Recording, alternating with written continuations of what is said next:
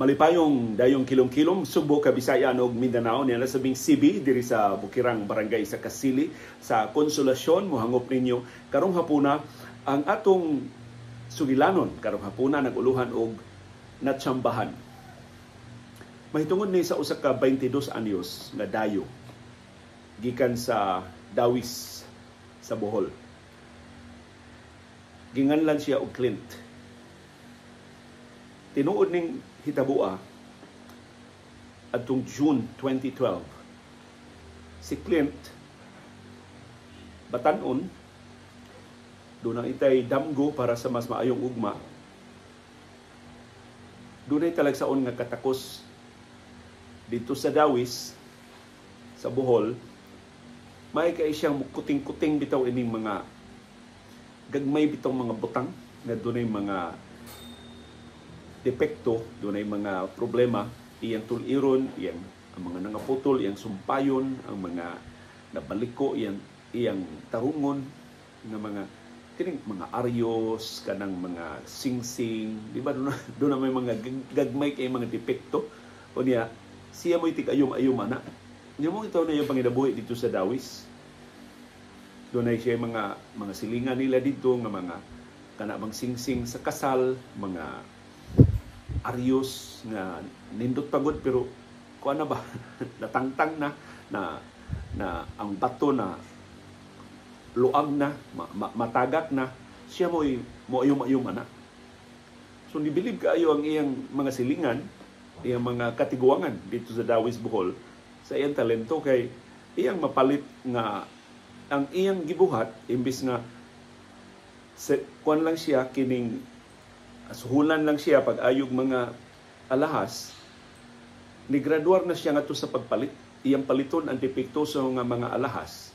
Unya, iyang tarungon, iyang ayuhon. Unya, naay nagkasulti niya, isuway ko nagbaligya dito sa mga ahensya sa Tagbilaran o sa ubang mga lungsod sa Bohol. Tuon man yung isuwayan, mahalin magmasta ko.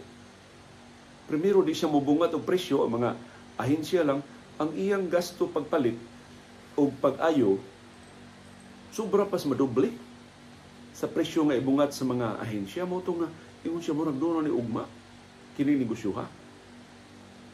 So, giingnan siya nga, manong di man ka, adto ka magnegosyo sa Tagbilaran o daghan kay mga alahas diha nga dunay depekto. Doon ay nakasulti ni Clint, ayaw sa Tagbilaran, adto Subo. Adto ka Subo. Mas daghan kag kining panginabuhi, mas dako imong asenso dito Subo. Sus. Doon naman naka hatag ng ideya.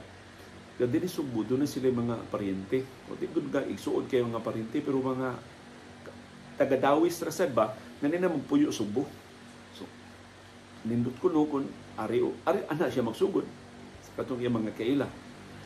Ang iyang mga kaila na magpuyo sa siyudad sa Karkar sa habagatang Subo. So kasagaran yun sa mga budayo dinis ato arigid sa Cebu City. Pero siya kaya ang iyang mga kaila dito man sa Karkar, unyang Karkar syudad man sab, definitely mas dako og populasyon kaysa Dawis, mas daghang opportunities nga ikahatag siya ang panginabuhi kaysa Dawis. So mo tong niabot siya diri sa syudad sa Karkar atong 2012.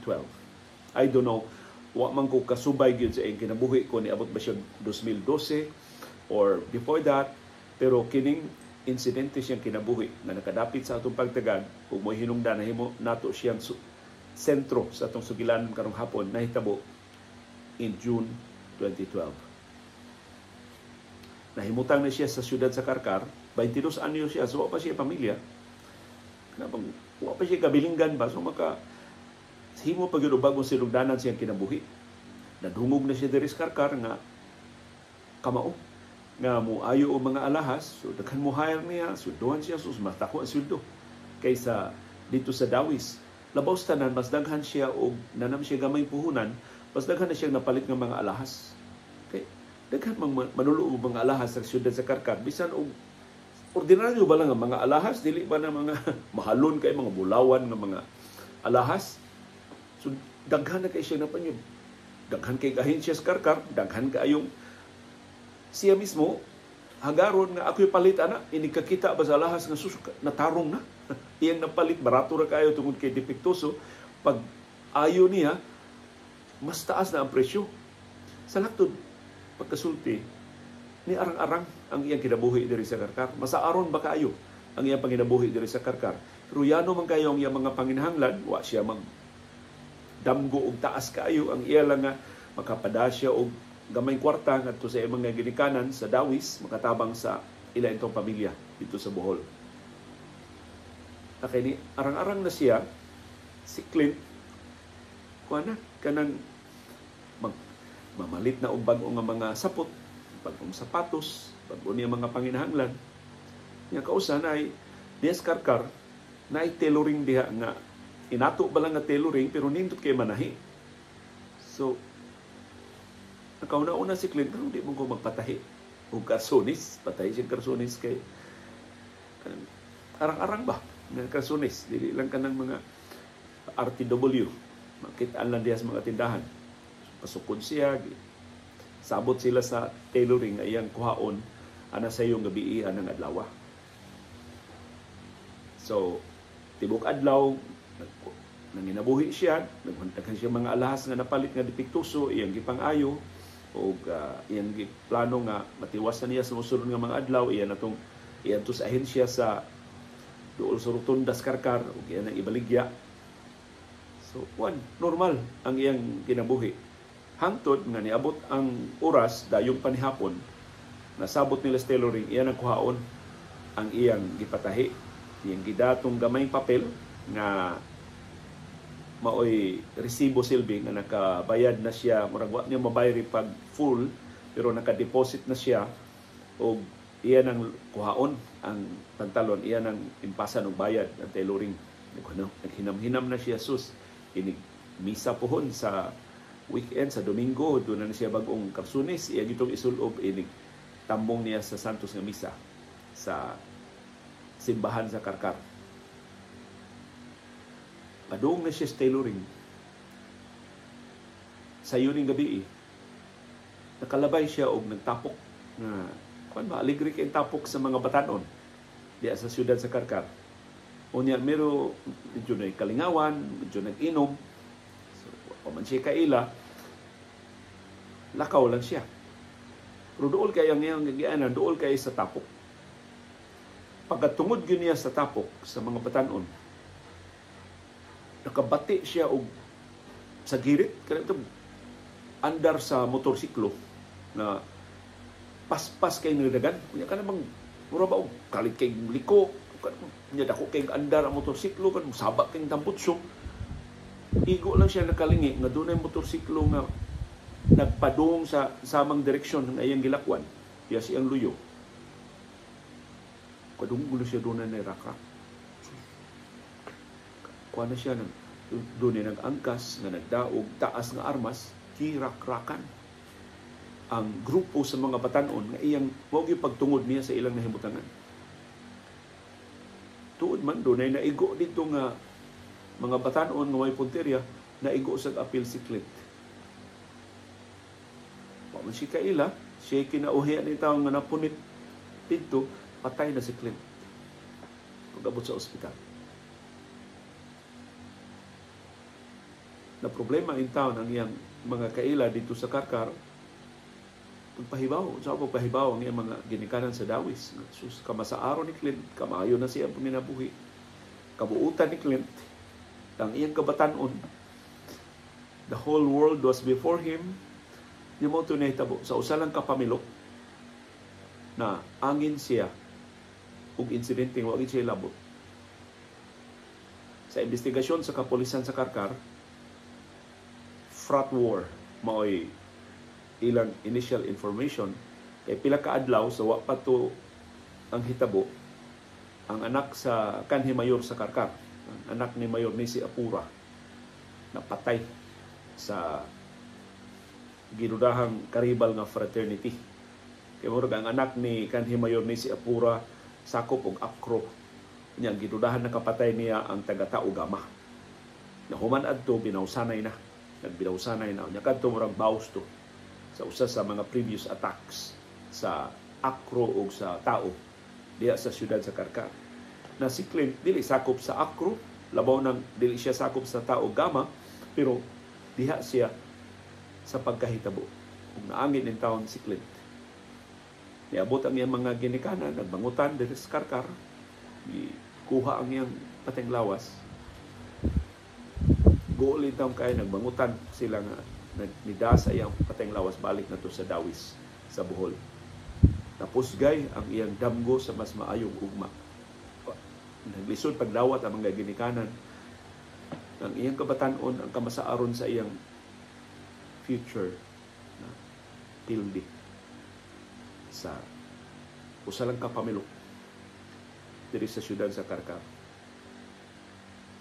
Mahina lang kay nahilambigit man anak sa mayor na investigar sa kapolisan, doon ay nadakpan ng mga suspect na gipasangin lang nga mao'y nakapusil ni Clint sa uban ng mga biktima. Murag tulo sila namatay atol sa mga insidente, bastaghan ang nasamdan o na ospital pero naluwas.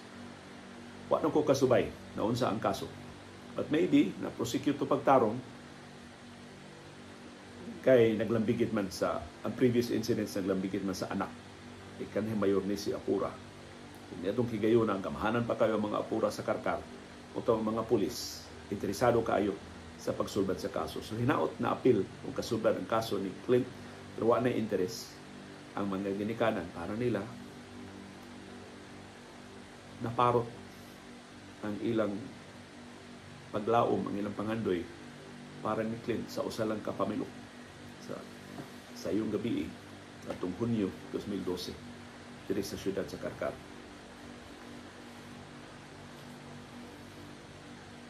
Para na ako makahuluganon ning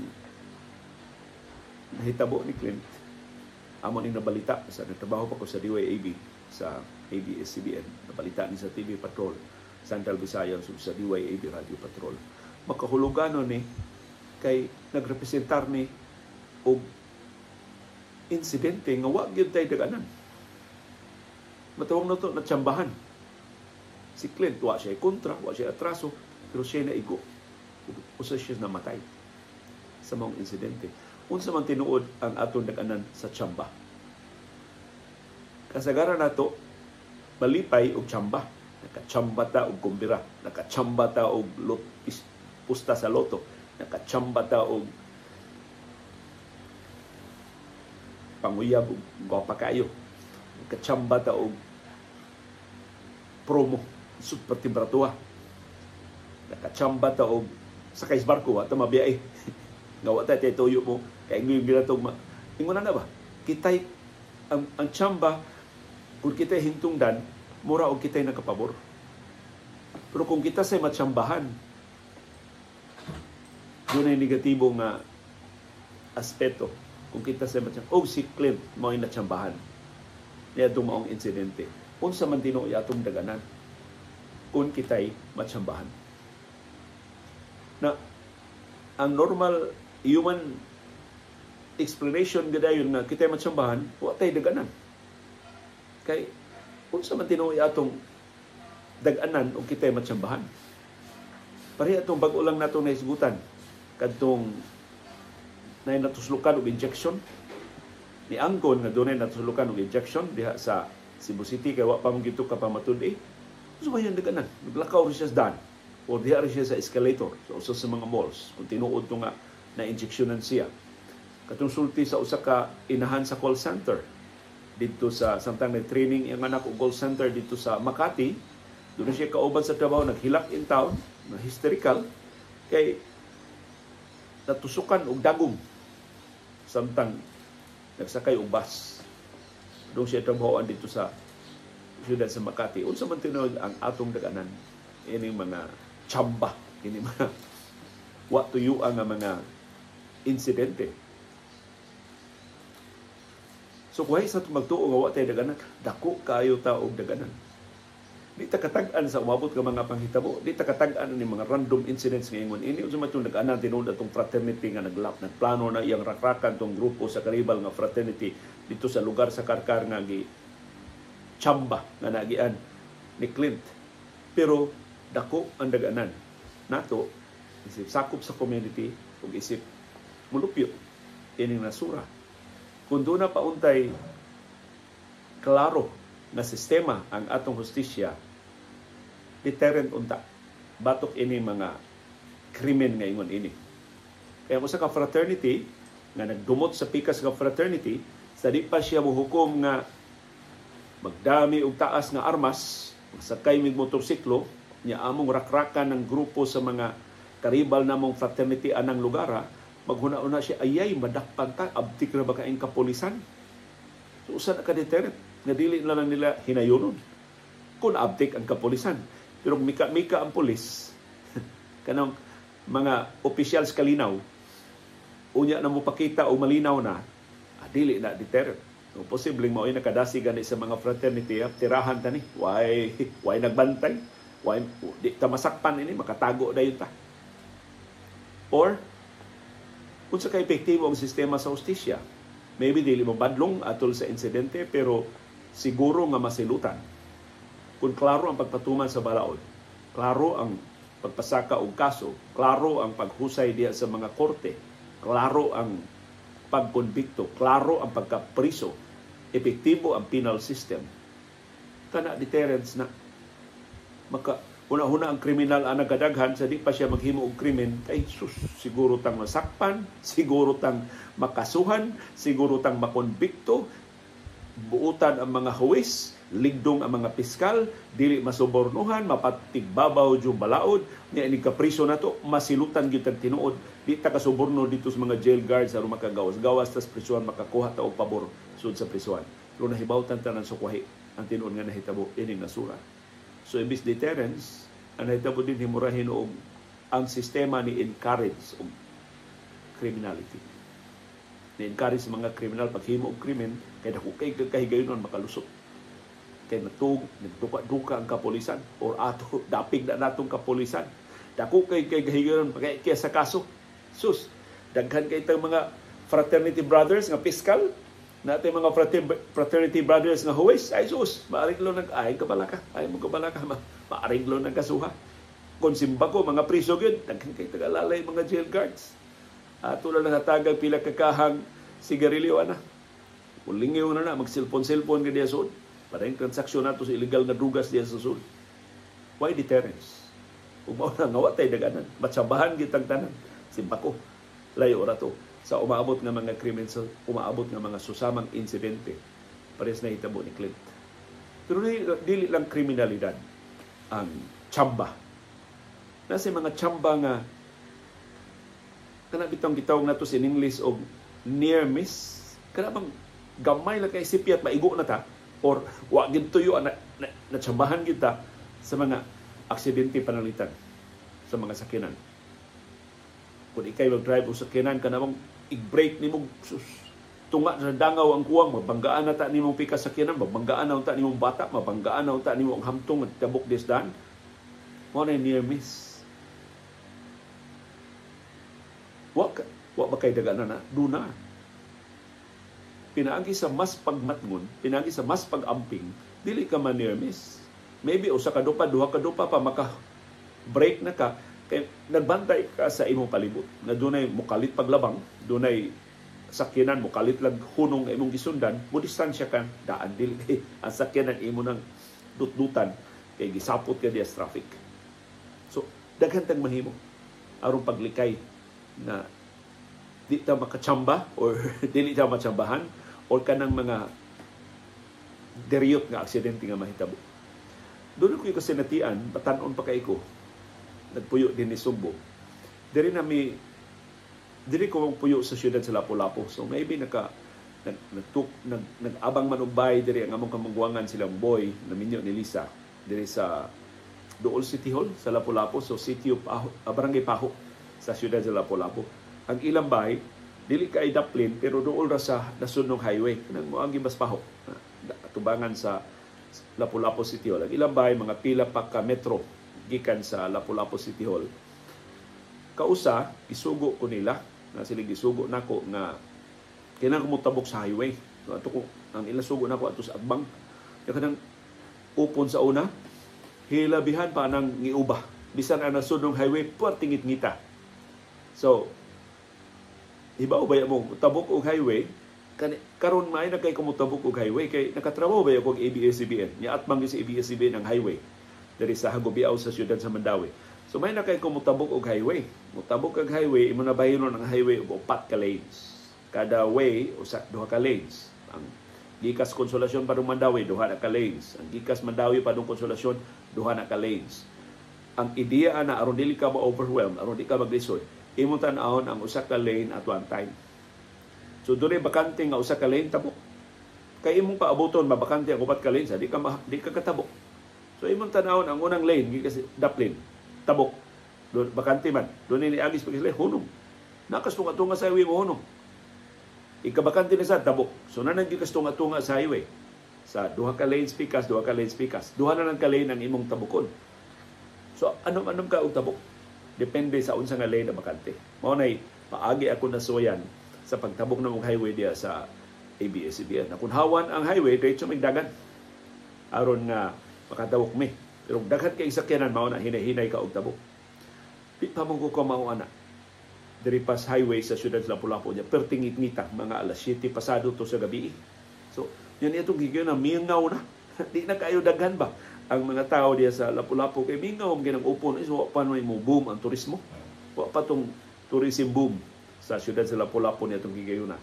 So ako pagtan-aw nako nga bakante ang highway gawa sa usa ka dakong truck nga umaabot dito na sa Tumoy ni dagan ko. Kusog ako dagan unya ako lang gi-estimate nga igabot nako sa bahin na sa truck. Palabyo na ako og jutay ang truck. Diretso na kong tabok pa dos daplin.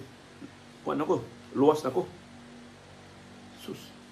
Dagan ako, buylo na ko dagan. Ako lang gitiming, igabot gid sa luyo nga bahin sa truck, diretso na ko og dagan. May ganawa ako madiretso. Bro, doon na pinihawid na ko, bang ay diretso, ayaw buylo. So, nidagan ko, pero nihunong ko kadiyot, kay kaingon ako, kay ingon na mabana-bana ko ng ang truck, na ingon ani o gitason, ang luyo, lusot na ka. Sus, ang truck di taas mo kayo. Doon na may trailer. Hindi man makita kay perti mangit-ngita. Nakabantay lang ko na pamiligid sa luyo.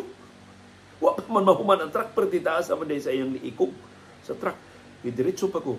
Sud ko dito wa ko di kakitan driver nako perti ngit-ngita. Lukot ko dito sud. Unsa kay akong resulta. So, okay ingon ko basus do na ang healthy ngaling ni beran ako.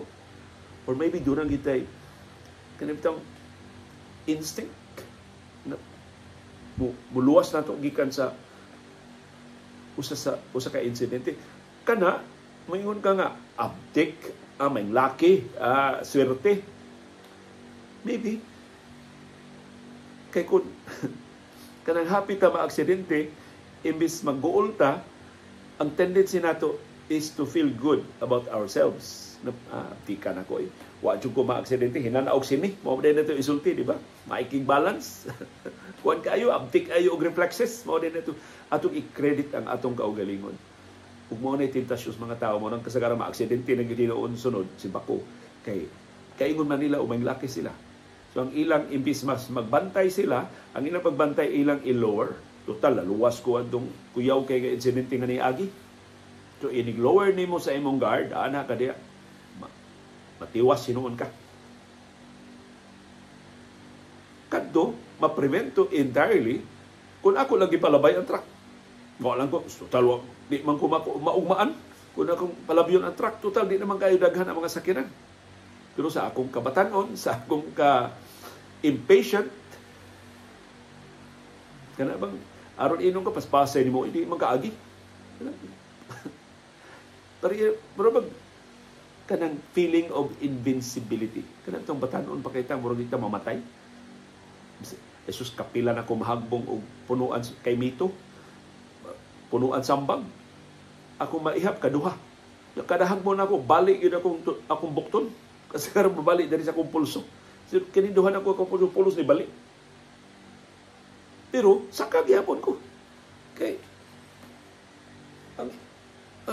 mura man kag mobili bes mong kagalingon mo yung magsus ang ubang nangahagbong naguna mang una nga matay man ikaw piang ra ngilngiga nimo daghagbong uy natay kay kaliwat nga unggoy may talaga mo katkat imong mga katiguangan Sa imo tila previous life, kuan ka. Mountain climber tingali ka kanang tagar hinung kag compliment man nagtanga ra man itawong ka o nga tugot-tuga man kag kat-kat niya di ba di ka maong kanaog, di man di ka makakupot. So muna itong tendency itay matsambahan mura tag maing laki mura taog kining di abilidad lower na hinutas sa to guard ibis magbabantay ta sa umaabot na susama nga mga insidente. Doon na tayo near miss dinhi sa Subo na dili gid nato makalimtan katong Yolanda. Katong Yolanda sa 2013, ang punteriya adto kita gyud sa Subo. Pero ang punteriya kutob siya sa amihan ng Subo. Pero sama sa nature sa ubang mga nangagi nga mga bagyo, may mo siyang musimang, may mo siya nga dili mutuman sa iyang original nga direksyon. May lang tong Yolanda kay sa iyang kakusog diretso gyud. Gisungay go niya ang bukid sa Burawin. Na taga Burawin, musultin mo ka na ilang bukid, pertindakuan ang bukira, pero wa mo simang, wa mo likay, o wa mabungkag ang bagyong Yolanda, human budasmag sa bukid sa Burawin. Inguna na siya kakusog. So kung nisimang pa to, paubos ang bagyong Yolanda, kita'y maigo. O ang pagkagusbat sa Tacloban, ang pagkagusbat sa dakong bahin sa Eastern Visayas ug sa Northern Cebu, niubos lang itong jutay, naabot na apil pa ang Cebu City, ang Metro Cebu. Unsa kaya itong dagway? Unsa kaya itong gamak? Na mga ingon ta, swerte ta, ipalindan ta ni Senyor Santo Niño. Pero dili kay katuuhan ka na mong pangangkon, wa day magpanilipod si Senyor Santo Niño sa Northern Cebu.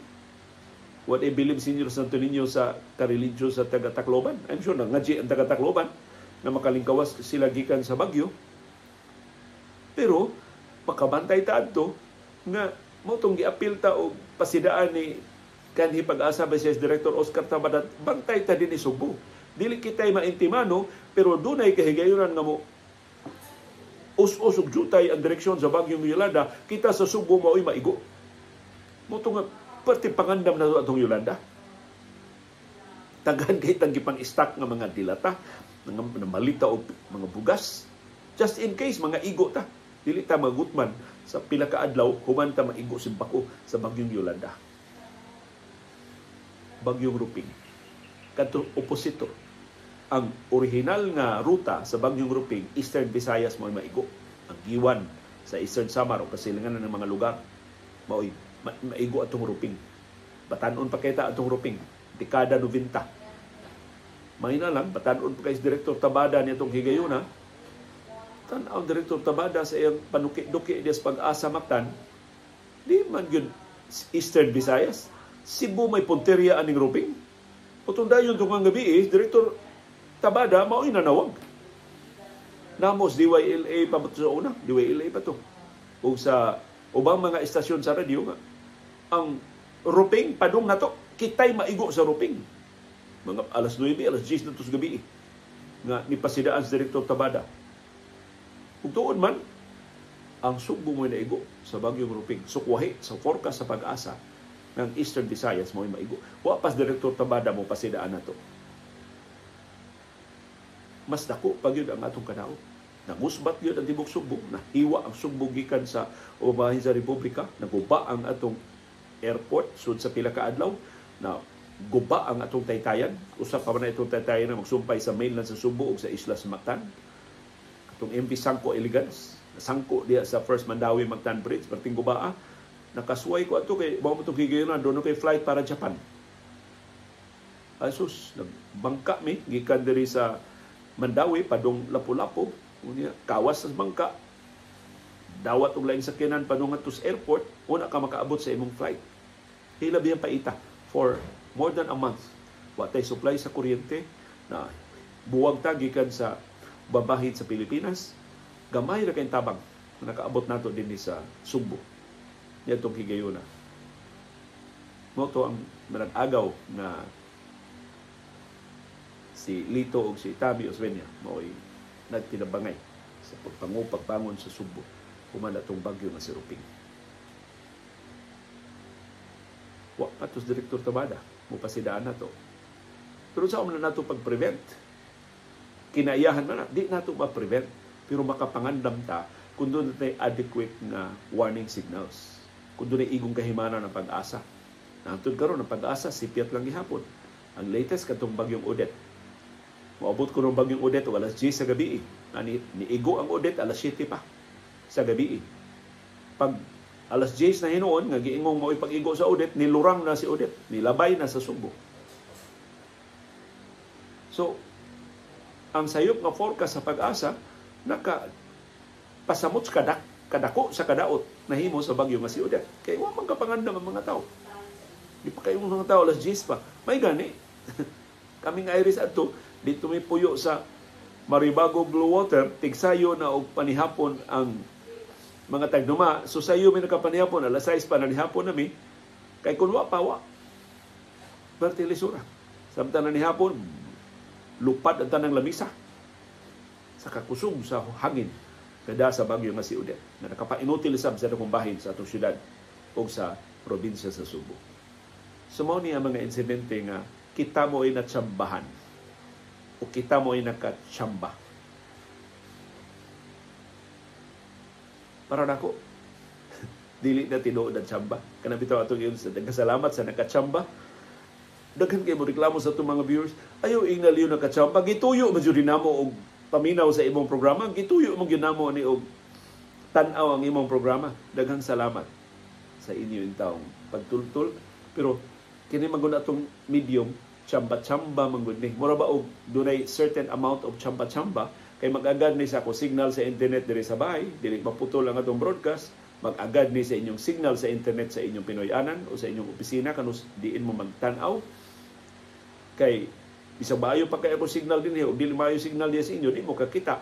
Bisag maayo pa kay sila kusog kay inyong signal sa internet, ang ako signal diri mo ni piao, di sad go makaprograma, wa sad mo makitaan sa atong programa. So tungod sa nature sa atong teknolohiya, mo na si matawag ni chamba-chamba kining atong programa. Pero ato ni mapalambo pinagi sa paghimo ug mga like kini akong broadcast karon akong gi-record uban ni CB kay do na milakaw ni Dr. Iris. So dili gini maputol diri sa akong end kay ako man i-upload og inig air ani ang kinatibuk na programa maoy na-uploaded ngadto sa sistema sa YouTube. Pero sa inyo na sang bahin. Posibleng makatiwas mo, posibleng dili makatiwas, depende sa consistency o sa quality sa inyong internet signal. So nagkalilaing aspeto sa kinabuhi, dunay mga sitwasyon nga para nato wa tay daganan, pero dako deta og daganan. Pinagi sa pagdugang sa atong pagmatngon, pinagi sa paglihok isip community. Kung magbantay ta sa atong neighborhood, makadungog ng mga kriminal, mabinantayon ta, dili siya mula mudayon-dayon diha og akyat bahay. Kaya hibaw sila alerto ang atong mga barangay tanod, alerto ang mga silingan, mo report dayon ngadto sa kapulisan, mo patingog dayon og alarma kung makasabot ta diha sa atong sa ano to pagbantay ang atong mga silingan, mo apil ta og bantay sa kinatibukan sa atong palibot. Ug kung matarong na ang atong sistema sa ustisya, lain ang epektibo nga deterrent sa crime. Huwag mga paghimo og krimen kung mahibaw siyang masakpan siya, masilutan siya, ginamit ang balaod, ginamit ang makiangayon na sistema sa ustisya. Daghang salamat sa inyong pagpaminaw sa lain natong sugilanon karong hapon na sentro sa 22 anyos nga si Clint na taga Dawis, Bohol.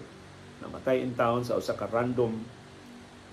ka frat war sa pinusilay sa mga fraternities diri sa siyudad sa Karkar atong Hunyo 2012.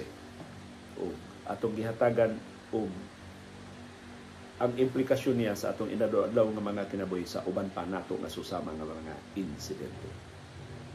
Ang atong istorya karong hapon naguluhan natsambahan. Uban ni CB o ni Dr. Iris kini si Leo Lastimosa. Dili live gikan diri sa Bukiran Barangay sa Kasili sa Konsolasyon. Magpasalamat sa inyong pagpatalinghog sa atong panahom dayong kilom-kilom. Salamat CB girl.